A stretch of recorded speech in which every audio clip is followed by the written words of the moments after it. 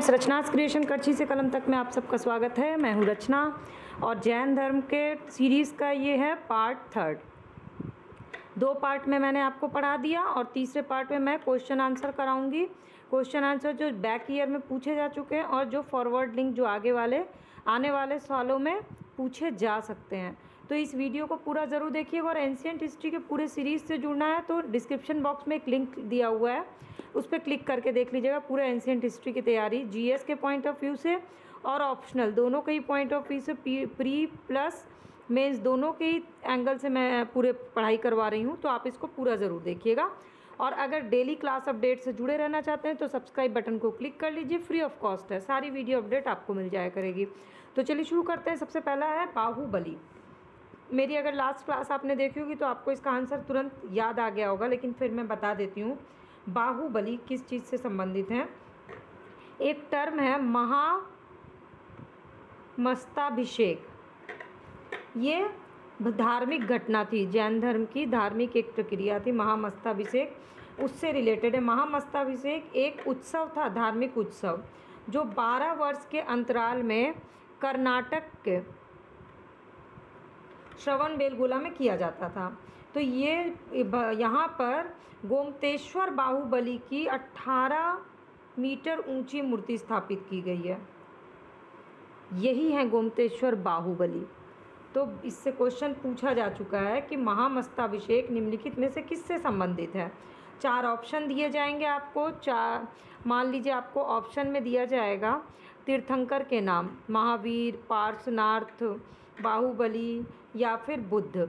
तो आपको पता होना चाहिए कि इसका आंसर होगा बाहुबली। हमेशा कोई भी पॉइंट आप याद करते, कोई भी फैक्ट, तो उसको क्वेश्चन फॉर्म में याद करिए। तो इसका बाहुबली का आंसर हो गया। महामस्ताभिषेक से जुड़े हुए हैं जिनकी प्रतिमा 18 मीटर ऊंची। दूसरा कीवर्ड है चामुंडराय। चामुंडराय क्या है, इससे रिलेटेड क्वेश्चन क्या पूछा गया है। श्रवणबेलगोला में गोमतेश्वर की विशाल प्रतिमा किसने स्थापित कराई थी। बाहुबली की जो विशाल प्रतिमा है वो किसने स्थापित कराई थी, तो इसका आंसर है चामुंडराय। श्रवणबेलगोला कहाँ है, कर्नाटक में है। और चामुंडराय क्या थे, वो मंत्री थे। तो किसके मंत्री थे, अब अगला फॉरवर्ड लिंक क्वेश्चन बन सकता है। तो वो थे गंग शासक रचमल के। चामुंडराय नामक मंत्री, ये मंत्री थे रचमल के।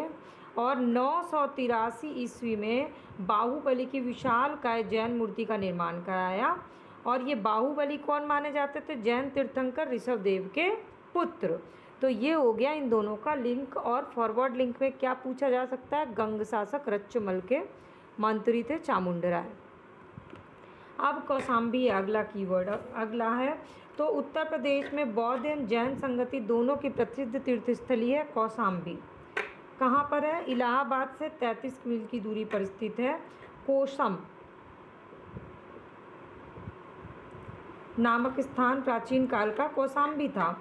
यहाँ पर वैदिक और जैन साहित्य में, मतलब दोनों ही साहित्य में कौशाम्बी का उल्लेख किया गया है। पुराणों में भी उल्लेख है कौशाम्बी का। तो इसलिए आपके लिए कौशाम्बी क्यों इम्पोर्टेंट हो गया, क्योंकि बौद्ध और जैन दोनों धर्म से जुड़ा हुआ तीर्थस्थल है कौशाम्बी। चौथा है बराबर की गुफा। बराबर की गुफा का उपयोग किसने आश्रय गृह के रूप में किया था, इसका आंसर है आजीवक संप्रदाय ने।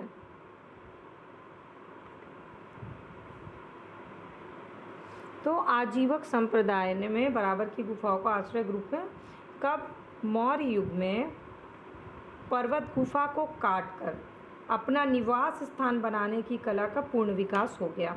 इसके बाद अशोक के पौत्र दशरथ के समय में बराबर और कौन सी गुफा एक थी, मैंने लास्ट वीडियो में बताया था, नागार्जुनी गुफा।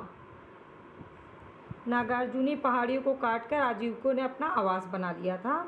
और अशोक के समय में ही बराबर पहाड़ी की जो गुफा थी ना, उसको सुदामा की गुफा या कर्ण चौपड़ नाम का गुफा बोला गया। तो अब आपका फॉरवर्ड लिंक का क्वेश्चन क्या हुआ, बराबर की गुफा से 3 से 4 बार क्वेश्चन पूछे जा चुके हैं। अब अगला क्वेश्चन आपका क्या है, आपको पता होना चाहिए, इसलिए मैं आपके बुक से आगे का कलेक्शन कर लेती हूँ ताकि आपको बहुत सारी किताबें ना पढ़नी पड़े। अगला है सुदामा की गुफा या कर्ण चौपड़, कौन सी गुफा है? बराबर की गुफा का ही नाम रखा गया। अब अगला कीवर्ड है आचार्य सिद्धांत। ये है आचार्य कौन थे और उनके सिद्धांत क्या था।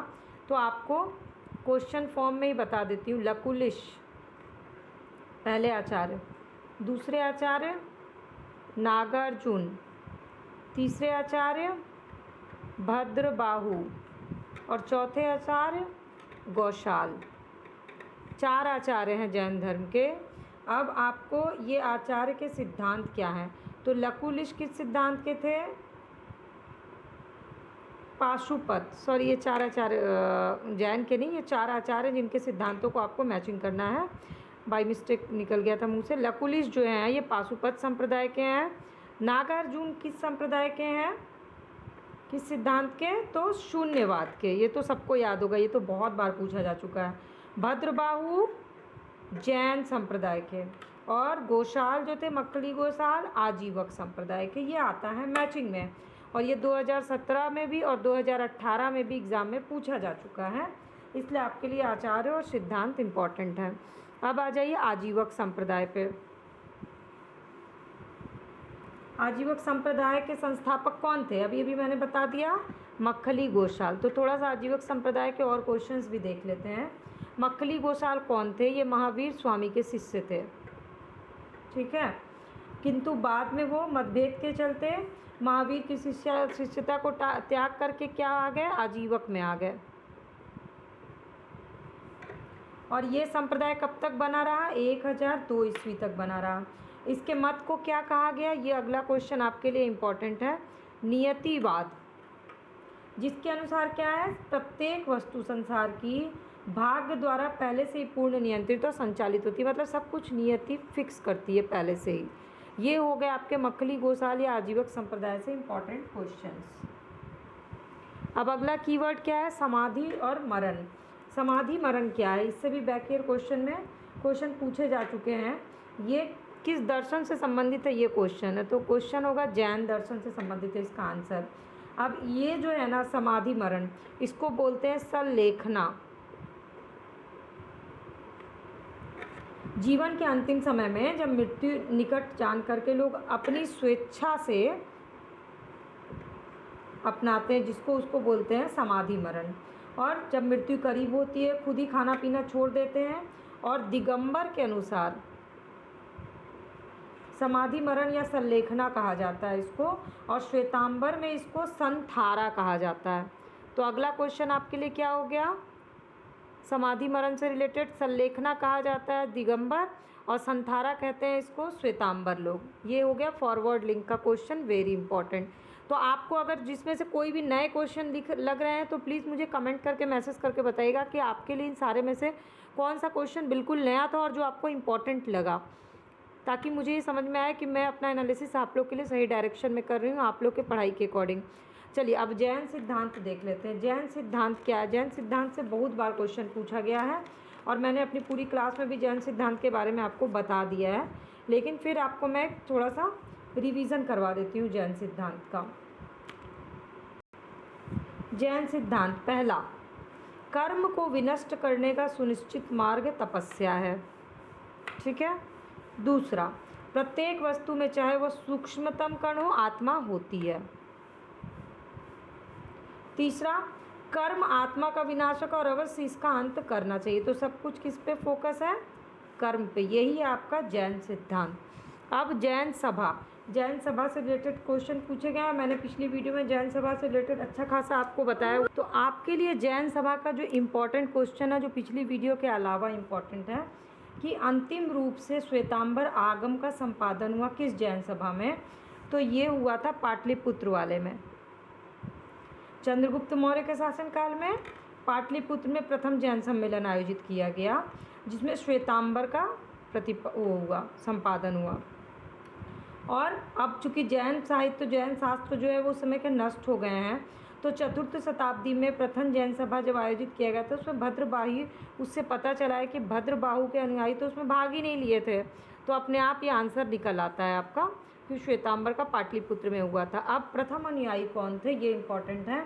तो प्रथम अनुयायी महावीर के कौन थे? प्रथम अनुयायी तो वो थे जमाली। और भगवान महावीर का प्रथम शिष्य भी यही थे, प्रथम अनुयायी भी। किसी भी तरह से घुमा के क्वेश्चन पूछा जाए आपको ये पता होना चाहिए कि जमाली आपके लिए इम्पॉर्टेंट है। अब चलिए फटाफट से आगे देख लेते हैं। अब आगे का कीवर्ड है ऋषभदेव। ऋषभदेव से क्या क्या क्वेश्चन पूछे जा चुके हैं और क्या पूछे जा सकते हैं। तो ऋषभदेव जैन धर्म के संस्थापक कौन थे? ऋषभदेव। इसके अलावा जैन धर्म के प्रथम तीर्थकर कौन थे? ऋषभदेव। तो ये दो चीज़ है। इनका एक और नाम क्या था, ये आपके लिए आने वाला क्वेश्चन बन सकता है, आदिनाथ, ऋषभदेव का। ठीक, अब अगला है पार्श्वनाथ। तो पार्श्वनाथ जैन तीर्थंकर पार्श्वनाथ किस मुख्यतः किससे संबंधित थे? तो ये किस जगह से थे? वाराणसी से। ये पूछा जा चुका है क्वेश्चन 2016 और 18, 2 टाइम पूछा जा चुका है ये आपका क्वेश्चन। और ये अब आगे का क्वेश्चन कौनवें तीर्थंकर थे? 23वें तीर्थंकर थे। इनका जन्म कहाँ हुआ था? बनारस के राजा। बनारस पूछा जा चुका तो आगे भी पूछा जा सकता है। बनारस के कौन से राजा? अश्वसेन के यहाँ हुआ था। और इनकी माता का नाम था वामा देवी और इनका चिन्ह था सर्प। तो ये हो गए पार्श्वनाथ से क्या क्या क्वेश्चन पूछे जा सकते हैं। बनारस में जन्म, 23वें तीर्थंकर, अश्वसेन राजा था के घर में, वामा माँ का नाम, सर्प इनका निशानी। अब तीर्थंकर और उनके लक्षण, जैसे कि आदिनाथ। आदिनाथ का लक्षण है वृषभ। मल्लीनाथ, मल्लीनाथ के प्रतिमा लक्षण है जल कलश, जल कलश। पार्श्वनाथ अभी अभी मैंने बता दिया, सर्प। और संभवनाथ, ये क्वेश्चन पूछे जा चुके हैं और बाकी जो नहीं पूछे गए और इम्पॉर्टेंट है वो मैंने लास्ट वीडियो में बताया हुआ, आप उसको जाके क्लिक करके देख सकते हैं। संभवनाथ का है अश्व, आदिनाथ का वृषभ, मल्लीनाथ का जल कलश, पार्श्वनाथ का सर्प और संभवनाथ का अश्व। ये हो गए आपके तीर्थंकर और उनके लक्षण। अब कैवल्य क्या है? कैवल्य किस चीज़ का मतलब, इस शब्द का क्या मतलब है? तो जैन धर्म में पूर्ण ज्ञान जब प्राप्त हो जाती है उसको बोलते हैं कैवल्य। कैवल्य शब्द का प्रयोग था। महावीर स्वामी को 12 वर्ष की कठोर तपस्या के बाद कहाँ पे प्राप्त हुआ था? जिम्भिक ग्राम में, ऋजुपालिका नदी के पास। और तभी से वो क्या कहलाए? केवलीन। यहीं से आया कैवल्य। ओके, अब बहुत स्पीड में देख रहे हैं क्योंकि हमने पिछली 2 वीडियो में पूरी अच्छे से पढ़ाई कर ली है, तो ये एक तरह से रिवीजन हो रहा है। फिर 15वां क्वेश्चन है अनुव्रत। अब ये अनुव्रत क्या? अनुव्रत सिद्धांत का प्रतिपादन किसने किया था? तो ये जैन धर्म ने किया था। जैन में कितने अनुव्रत हैं? 5 अनुव्रत हैं। हिंसा, सत्य, अस्तेय, अपरिग्रह और ब्रह्मचर्य। जैन धर्म में गृहस्थों के लिए 5 अनुव्रत हैं और संसार में रहते हुए इन अनुव्रत का पालन करना संभव नहीं है, इसलिए इनके पालन के लिए अलग से फिर जो वो हैं साधु संत हैं उनके लिए भी सेम यही अनुव्रत बनाए गए हैं अलग वर्ड्स के साथ। ये हो गया आपका अनुव्रत। अब है स्यादवाद। स्यादवाद सिद्धांत भी किससे संबंधित है? जैन धर्म से सिद्धांत है, इससे संबंधित है। ये जो जैन के 24वें तीर्थंकर महावीर स्वामी थे, इन्होंने वेदों की अपरिशुद्धता को स्वीकार करने से इनकार कर दिया और धार्मिक सामाजिक रूढ़ी और पाखंडों का विरोध किया। और उन्होंने आत्मावादी और नास्तिकों के एकांतिक मतों को छोड़ के एक बीच का मार्ग अपनाया। बीच का मार्ग अपनाया जिसे क्या कहा गया? अनेकांतवाद। अनेकांतवाद या स्यादवाद। स्यादवाद के सप्तभंगी न्याय के नाम से भी जाना जाता है और ये ज्ञान के सापेक्षता का सिद्धांत। तो अगला क्वेश्चन क्या है आपका?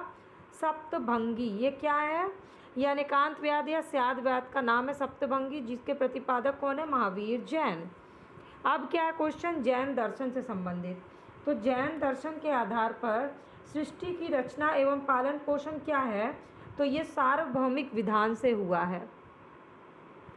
ये क्वेश्चन पूछा गया है, सार्वभौमिक विधान से सृष्टि की रचना एवं पालन पोषण हुई है। ये किसके अनुसार है? जैन दर्शन मानता है इसको। इसके बाद आपका है यापनीय। यापनीय कीवर्ड। यापनीय मैंने अपने लास्ट वीडियो में जैन धर्म के बारे में आपको बता दिया। इसका संप्रदाय जैन धर्म से ही संबंधित है। यापनीय एक इसका संप्रदाय है, जैसे एक दिगंबर है, एक श्वेतांबर है, तीसरा संप्रदाय है यापनीय। अब पूर्वकालिक ग्रंथ किसको कहते हैं? पूर्वकालिक जैन ग्रंथ किसको कहते हैं? तो ये 14 पूर्वकालिक जैन ग्रंथ हैं। प्राचीनतम जैन ग्रंथ हैं। अंतिम नंद राजा संभूति विजय और भद्रबाहु जैन संघ के अध्यक्ष थे और महावीर द्वारा 14 पूर्वों के विषय में जानने वाले ये अंतिम व्यक्ति थे। तो ये पूर्वकालिक जैन ग्रंथ 14 पूर्व को कहा जाता है। ये हो गए आपके जैन धर्म के बाकी इंपॉर्टेंट क्वेश्चन और पूरा सारा रिवीजन एक साथ करना हो तो आप 45 मिनट्स में रिवीजन कर सकते हैं, क्योंकि मैंने 15-15 मिनट की 3 वीडियो आप लोग के लिए पोस्ट की है। 45 मिनट्स में आपका पूरा एक टॉपिक जैन धर्म का कवर हो जाएगा। वीडियो अच्छी लगी तो लाइक, कमेंट और शेयर तो ज़रूर करिएगा, और चैनल के सब्सक्राइब बटन को क्लिक कर लीजिए, फ्री ऑफ कॉस्ट है। सारी वीडियो अपडेट जो भी तैयारी से रिलेटेड है वो आपको मिल जाएगी, तो प्लीज़ फटाफट से मेरे चैनल को सब्सक्राइब कर लीजिए। थैंक्स फॉर वॉचिंग रचनास क्रिएशन, करछी से कलम तक।